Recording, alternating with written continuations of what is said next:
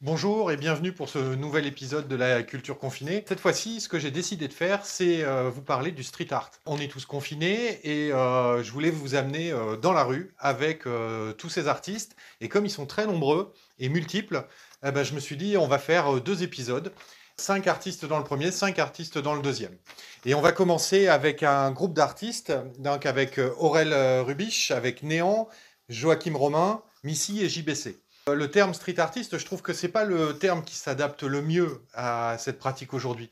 Et je préférerais parler d'art urbain. Non seulement parce que ça évite l'anglicisme, mais surtout parce que ça correspond plus à ce travail que font ces artistes, c'est-à-dire d'intervenir dans la ville. On va commencer avec Aurel Rubisch. C'est un artiste qui travaille à Besançon. Il est né à Besançon. Il a commencé des études de garde forestier. Donc on va voir que ça va avoir aussi une importance dans son travail. Il va commencer ce travail de street art par le pochoir. L'outil va devenir le sujet et le sujet va devenir le moyen. Et il va utiliser la matrice qui va lui permettre ensuite de proposer toute une série de travaux comme ça, découpés au scalpel. On va être dans quelque chose qui va évoquer l'ornement, qui va évoquer le graphisme. Il va pousser cette pratique dans une inspiration qui va être presque végétale. C'est là où on va retrouver aussi tout ce qui est lié à la forêt, tout ce qui est lié à la nature, à cette idée-là. Et ce que je trouve intéressant dans cette manière qu'il a d'utiliser la matrice, c'est cette façon, ensuite, plutôt que de faire un pochoir, c'est de coller cette matrice sur le mur. Et pour lui, c'est une manière de faire parler les murs. Et j'ai beaucoup aimé cette expression qu'il a utilisée. Cette manière de faire parler les murs, c'est aussi une manière de tatouer les murs avec cette matrice. Et dans ce graphisme très particulier, assez riche, assez baroque, et on sent qu'il va y avoir des heures de préparation pour travailler cette matrice qui va devenir presque une sculpture dessinée. Le deuxième artiste dont je voulais vous parler, c'est Néant. C'est un artiste belge qui a grandi à Bruxelles. Il va commencer avec la pratique du dessin à l'aérographe. C'est quelqu'un qui va trouver dans le dessin le moyen d'expression parfaite de la métamorphose, qui va lui permettre aussi d'exprimer son travail sur grand format, sur la fresque. Pour Néant, l'idée, c'est plus d'offrir au public, c'est plus d'interpeller le public avec ces fresques qui vont être inspirées, je trouve, de l'univers beaucoup du cinéma, de la photo, mais aussi on va retrouver l'affichisme. Des grands artistes ont été aussi des grands affichistes, comme Klimt, comme Lautrec, comme Moucha, qui vont être des sources d'inspiration pour lui. Ces interventions vont être aussi un point de repère dans la ville. Le mur devient comme une cartographie, devient une affiche, une photo ou un écran de cinéma qui s'offre à la ville. Ensuite, je voulais vous parler de Joachim Romain.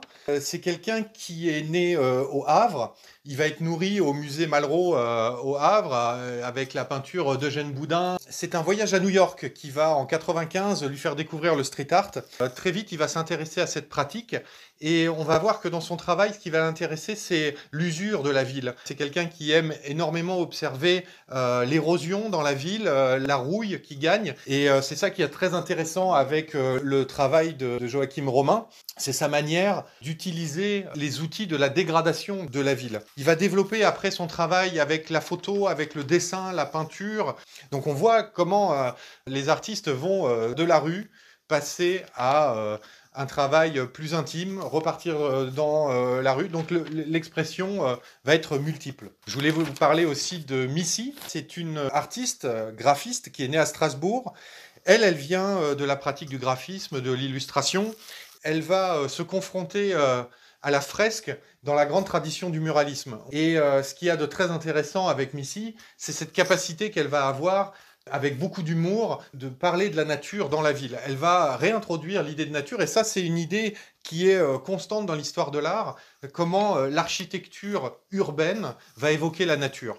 Et je pense qu'il y a une communication qui se fait très très bien dans le travail de Missy, de ramener la nature dans la ville, mais à chaque fois avec cette écriture si particulière qui va amener une forme d'humour qui pour moi est passionnante parce qu'elle interpelle vraiment le spectateur dans la ville. Enfin, je voulais terminer avec un autre artiste qui utilise beaucoup la fresque, la citation urbaine, c'est JBC. Il est dans cette tradition du muralisme, comme Missy, mais lui, il va utiliser le détournement des icônes. Il va investir à la fois les murs, mais aussi le mobilier urbain, les boîtes aux lettres, les bancs, tout ce qui va lui permettre d'habiller la ville avec un style tout particulier qui mêle différentes iconographies liées à ce qu'on pourrait appeler le pop art d'une certaine manière. Il y a un travail de détournement d'icônes aussi qui est très important dans ce travail. Donc voilà pour le premier épisode consacré aux street artistes et à suivre pour le prochain épisode qui arrive très prochainement. C'est pas parce qu'on est confiné qu'il faut se laisser aller.